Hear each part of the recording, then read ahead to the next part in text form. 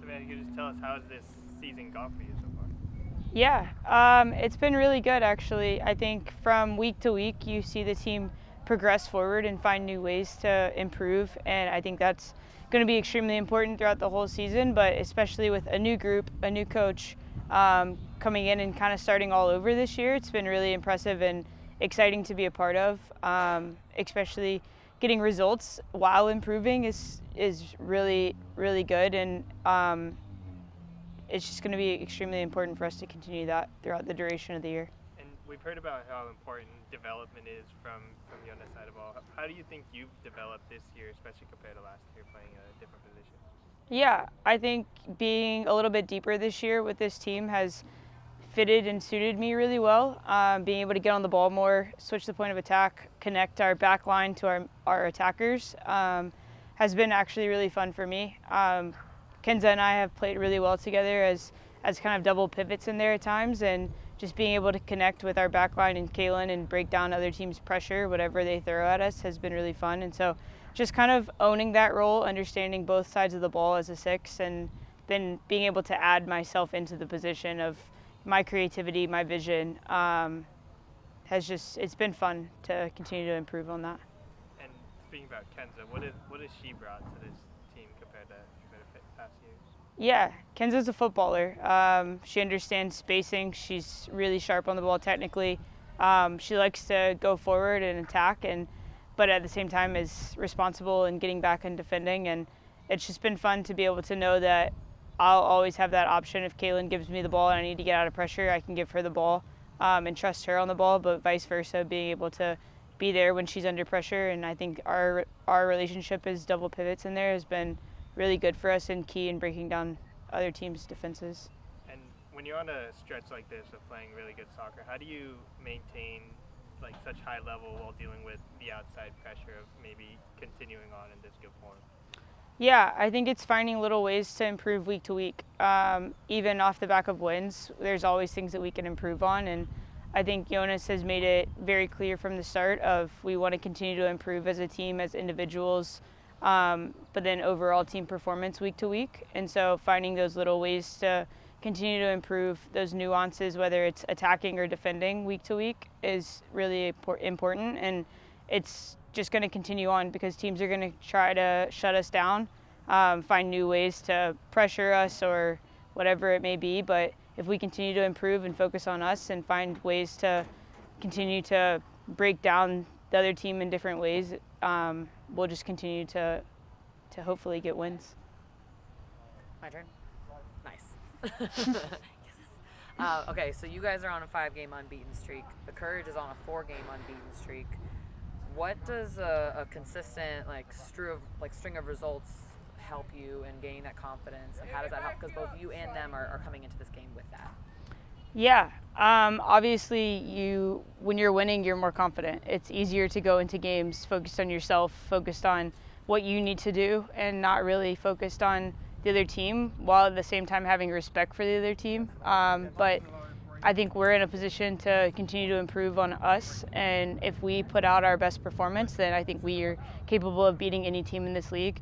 Obviously, North Carolina probably is the other best team in the league at keeping the ball at times. I think they probably had a slower start than most people expected, but their midfield's great. They have historically kept the ball really well and are hard to defend because of their fluidity and how they overload midfields, but I think we're set up really well to defend against that and also impose ourselves on them. So I think it'll be a really fun game, kind of probably a chess match at the beginning, but I think we back ourselves to get the result. Thank you for answering my second question. I will go to ABC 10, submitted a couple. So there's been so many new players. How has the Wave been able to gel together so quickly with so many new faces? Yeah, I think Jonas coming in has been a huge part of that. I think from the start he put an emphasis on not only developing chemistry on the field, but also off the field. So, having little conversations, getting to know each other, especially with a group of players from all different backgrounds and coming from all different clubs, different styles, different, just overall approaches to professional football. And so getting to know each other and where you're coming from is really important, because the more we can do that, the better it'll translate onto the field. And so I think this group's done a really good job of making those connections and building those relationships, so that whenever it's time to perform and play, there's no hard feelings. It's just everyone focused on the same goal and improving day to day and holding each other to high standards. Love that. Last one, a pretty prominent face of the Wave history, Jaden Shaw, is going to be returning to Snapdragon. What's it like going to be, what's it going to be like to see her, but not only, see her again, but play against someone that you kind of know her playing style? Yeah, it's always fun playing against former teammates. Obviously, we were sad to see Jaden go, but always cheering for her, but not for North Carolina. So, it's just fun to be able to play against them. It poses a different, scenario, because, a lot of us have trained with her, played with her, and so we kind of know her tendencies, but at the same time, she could come out and do something completely unexpected. And so I think it poses a different challenge when you play against former teammates. Cool. Love that. All right. Thank you very much. Oh, Frank, do you have one quick question? Yes, I do. I'll let you get your one in.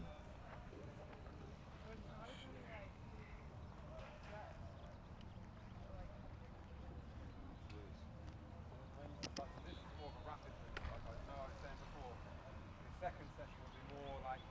Appreciate your patience. Yeah, no problem. Do you want me to hold that, or her hold that? The mic?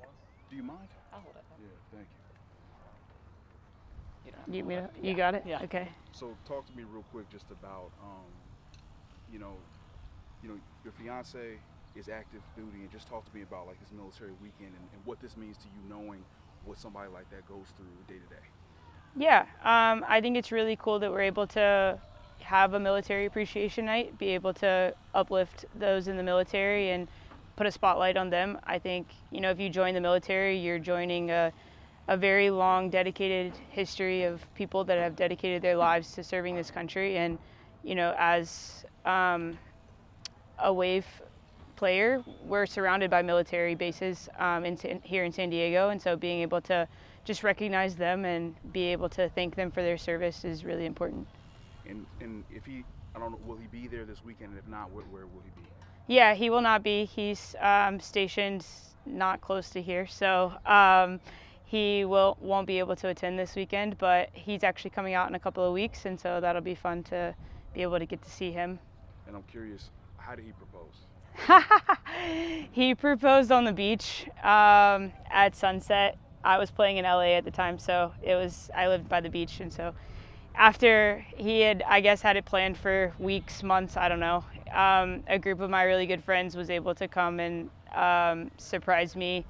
They took all the pictures, and he just randomly made us go to the beach one night. I did not want to go, so then he had to call in my friend's reinforcement to get me to the beach. It's a funny story. He does not let me live it down. And then, yeah, he proposed. And then kind of like, the question we just asked before I try to get all this stuff on is, you going against Jaden Shaw. Just talk to me about, this military weekend, going against your former teammate, all the emotions going into this match. Yeah, obviously it'll be great to see Jaden. She had a great time here in San Diego as a player and as a person. We all, appreciate that, and it'll be good to see her and play against her. But at the same time, we're focused on getting the win. All of the things aside, I think it's just really important that we go in this weekend focused, dedicated to get the job done and get the 3 points, especially at home in front of our fans on Military Appreciation Night. And last question for you, that whole phrase, Military Appreciation Night, the ins and outs of it. Like, how much more do you appreciate the military now that you know what your fiance goes through?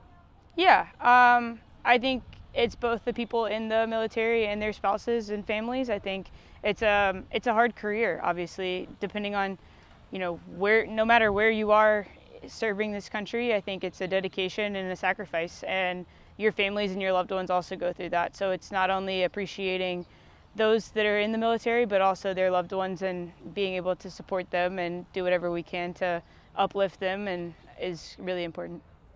Thank you. Yeah. Pull my arm. Thanks, Sav. Thank you so much. I appreciate that. Yeah. Good. No.